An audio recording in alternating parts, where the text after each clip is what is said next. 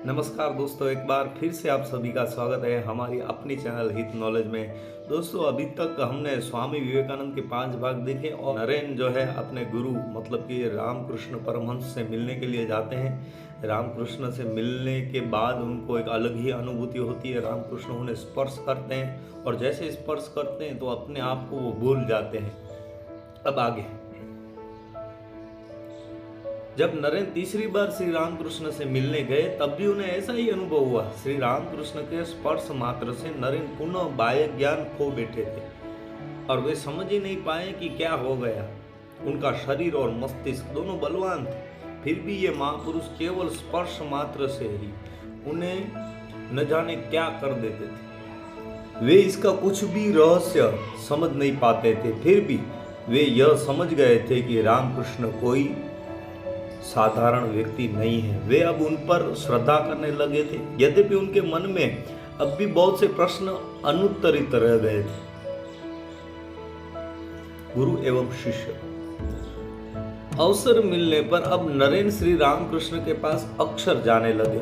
उन्होंने अनुभव किया कि श्री रामकृष्ण ही उन्हें सबसे अधिक स्नेह करते हैं।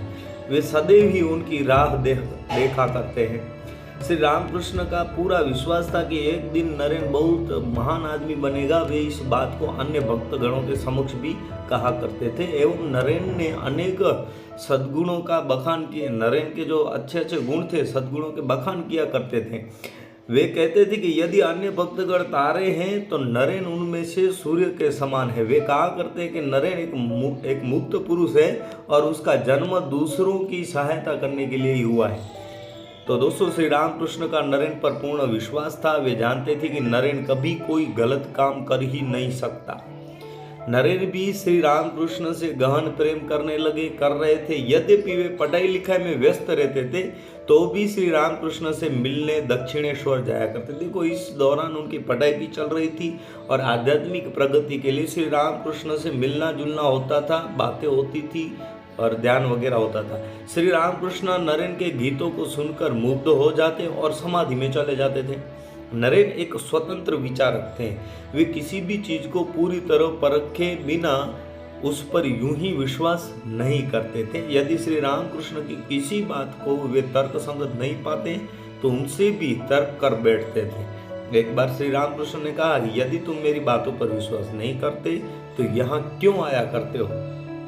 एक शंका रहती थी, जो भी सही लगता था वो स्वामी विवेकानंद पूछा करते थे। तर्क वितर्क में किसी बात में सहमति नहीं थी, मतलब कि संतुष्टि नहीं होती थी तो वो पूछते रहते थे। तो श्री रामकृष्ण उन्हें पूछते हैं कि भाई तुम्हें विश्वास ही नहीं है तो यहाँ क्यों आया करते हो। तो नरेन ने उत्तर दिया, मैं आपसे प्रेम करता हूँ इसीलिए यहाँ आता हूँ, परंतु इसका मतलब यह नहीं कि मैं आपकी सभी बातों को बिना विचारे ही मान लूँ।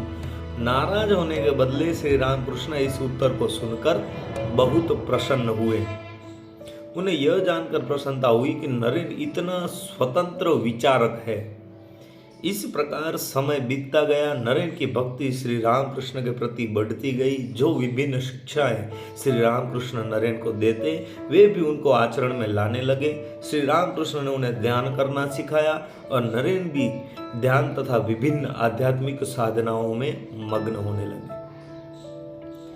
परंतु नरेन को बड़े बुरे समय का सामना करना पड़ा। 1884 के प्रारंभ में उनके पिता की मृत्यु हो गई। नरेन ही सबसे बड़े पुत्र थे, अतः परिवार का दायित्व उनके ही कंधों पर आ पड़ा। उनके पिता ने कुछ भी रुपए पैसे बचा न रखे थे। नरेन को परिवार हेतु भोजन जुटाना भी कठिन हो गया। वे अक्सर बिना खाए ही रह जाते थे ताकि अन्य लोगों के लिए कुछ अधिक बच जाए। उन्होंने नौकरी की तलाश की परंतु सफलता हाथ में न लगी। बाद में उन्होंने एक वकील के दफ्तर में काम किया, पाठशाला में पढ़ाया तथा इसी तरह के अन्य काम भी किए, परंतु ये सब स्थायी नौकरियां न थी। इसलिए नरेन को अपने परिवार के भरण पोषण करने में कठिनाइयां हो रही थी।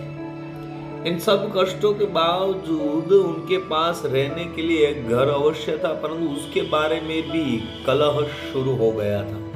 उनके कुछ संबंधियों ने समय का लाभ उठाने की सोचकर घर के एक बड़े हिस्से पर अधिकार जमाने की चेष्टा की। माफ कीजिएगा, आज दोस्तों बाहर की आवाज़ें बहुत आ रही है। कृपया वीडियो में ध्यान लगाइएगा। तो क्या हुआ, तो उनके जो परिवार वाले थे तो घर के एक हिस्से पर उन्होंने अधिकार जमाने की चेष्टा की और अदालत में यह मामला कई दिनों तक चला। सौभाग्यवश नरेन के परिवार के पक्ष में अदालत का फैसला सुनाया गया। काशीपुर उद्याभवन में पिता की मृत्यु के पश्चात नरेन का जीवन अस्त व्यस्त हो गया था। उनके मस्तिष्क में खलबली मची हुई थी। श्री रामकृष्ण के चरण तले ही उन्हें शांति प्राप्त होती थी। 1885 ईस्वी सन में श्री रामकृष्ण को गले के घाव से अनेक कष्ट झेलने पड़े। उस घाव ने भीषण रूप धारण किया, जो बाद में भयंकर रोग कैंसर में परिणत हुआ। उनके शिष्य एवं भक्त उनकी सहायता के लिए आगे आए। काशीपुर में एक उद्यान भवन किराए पर लिया गया। श्री रामकृष्ण को वहां पर लाया गया और उनके युवा शिष्यगण भी वहां रहकर उनकी सेवा में रत हो गए थे। नरेन अधिकतर समय काशीपुर में ही बिताते थे। पारिवारिक समस्याओं को सुलझाने हेतु उन्हें कभी कभी कोलकाता जाना पड़ता था, परंतु अन्य समय वे श्री रामकृष्ण के निकट ही व्यतीत करते थे। नरेन एवं अन्य शिष्यगण अपने गुरुदेव की सेवा में नरेन ही उनके नेता थे। जब भी उन्हें समय मिलता वे एक साथ मिलकर गाते, पढ़ते अथवा श्री रामकृष्ण के दिव्य गुणों की आपस में चर्चा करते थे। नरेन ईश्वर का दर्शन प्राप्त करना चाहते थे, क्योंकि उनकी यह दृढ़ धारणा बन गई थी कि यही जीवन का एकमात्र उद्देश्य है। जीवन का उद्देश्य, पारिवारिक समस्याएं बहुत सारी थी, लेकिन कहीं ना कहीं एक बात उनके दिमाग में बैठ चुकी थी, उन्हें दिल में बैठ चुकी थी कि जीवन का एक ही उद्देश्य है मनुष्य अवतार का, कि ईश्वर की प्राप्ति कैसे की जाए। श्री रामकृष्ण ने उन्हें ध्यान संबंधी अनेक हिदायतें दी थी। नरेन अधिक समय ध्यान आदि में ही व्यतीत किया करते थे। ध्यान में उन्हें अद्भुत अनुभव हुआ करते हैं। कभी कभी तो वे बाहरी जगत को पूर्णतया भूल ही जाया करते थे। एक बार नरेन और महान कवि एवं नाटककार श्री गिरीश चंद्र घोष एक बड़े पेड़ के नीचे ध्यान में बैठे थे।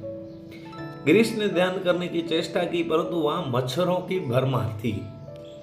तो मच्छर उनके सिर के चारों ओर भिनभिना रहे थे और उन्हें काट रहे थे, अतः वे ध्यान करने में असमर्थ हो रहे थे।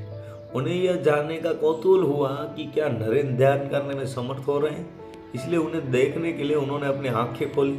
उनको यह देखकर आश्चर्य हुआ कि नरेन का पूरा शरीर कंबल की तरह मच्छर से छा गया था, परंतु नरेन को इसका जरा भी भान न था, क्योंकि वे तो ध्यान में तल्लीन थे। एक बार संध्या समय नरेन को एक अति उच्च आध्यात्मिक अनुभूति प्राप्त हुई। ध्यान करते समय उन्हें बाह्य जगत का कुछ भी भान न रहा और अपने शरीर का भी विस्मरण हो गया। देखो, शाम का समय था, अपने शरीर को भूल जाते हैं, इस हद तक वो ध्यान लगाते हैं। वे केवल ईश्वर के विचार में ही पूर्णतया मग्न हो गए। उनका मस्तिष्क पूरी तरह से ईश्वर के ध्यान में निमग्न हो गया। उन्हें अपार आनंद की अनुभूति हुई। इस अनुभूति का नाम है समाधि। इसी अनुभूति का नाम ही समाधि है। तो श्री रामकृष्ण नरेन को भविष्य के महत् कर्मों हेतु प्रशिक्षित करने लगे। भविष्य में महत्वपूर्ण कौन से कार्य करने हैं, उस हिसाब से श्री रामकृष्ण विवेकानंद को प्रशिक्षित तालीम देने लगे। उन्होंने नरेन से कहा था कि युवा भक्तों का ध्यान रखना है उन्हें, और यह भी ख्याल रखें कि अपना आध्यात्मिक जीवन बहुत सुचारू रूप से, सुंदर रूप से व्यतीत कर सके। एक दिन श्री रामकृष्ण ने उन सबको साधुओं की भांति घर घर से भिक्षा मांगने हेतु भी भेजा। भिक्षा वृत्ति से लाया गया भोजन श्री रामकृष्ण को निवेदित किया गया। उन्होंने उस भोजन को आनंद पूर्वक ग्रहण किया और कहा कि ऐसा भोजन बड़ा पवित्र होता है। उन्होंने उन लोगों को गेरुआ वस्त्र भी प्रदान किया और इसी तरह उन्हें सन्यासी बना दिया। अंत बहुत शीघ्र ही आ गया। 16 अगस्त 1886 ईस्वी को सभी शिष्यों को शोक के अपार सागर में निमज्जित करते हुए श्री रामकृष्ण महासमाधि में निमग्न हो गए। कुछ लोग काशीपुर उद्यान भवन में ही कुछ दिनों तक रह गए और कुछ पढ़ाई करने हेतु घर लौट गए, परंतु नरेन उन सभी गुरु भाइयों को एक सन्यासी संप्रदाय में निबद्ध करने हेतु चेष्टा करने लगे। तो दोस्तों युवान सन्यासीगण थे। ये घटना के बाद काशीपुर उद्यान भवन में वो अधिक काल तक निवास न कर सके क्योंकि उसका किराया बहुत अधिक था, परंतु एक भक्त की मदद से उन्होंने वरानगर में एक कम किराए वाले घर को ले लिया। यहीं पर उन्होंने रामकृष्ण संघ के पहले मठ की स्थापना की। दोस्तों पहले मठ की स्थापना की जाती है वराह नगर में।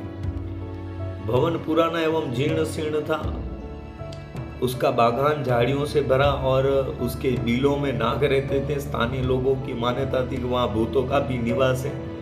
देखिए वो सभी शिष्य वहाँ पर मठ की स्थापना करते हैं और ऐसी जगह जहाँ पर बहुत सारे सांप रहते थे और लोगों की मान्यता थी यहाँ पर भूत है। वो एक विचित्र जगह थी, परंतु किराया कम होने की वजह से युवा सन्यासीगण वहाँ रह रहे थे। वो एकांत एवं शांत जगह भी थी। वे लोग बहुत दरिद्र थे, कपड़े भी सीमित थे और उन्हें पर्याप्त भोजन तक उपलब्ध न था। महीनों तक उन लोगों के पास चावल और उबली सब्जियों के अलावा खाने के लिए कुछ न रहता था। नरेन और उनके गुरु भाई इस सब की बिल्कुल भी परवाह न करते।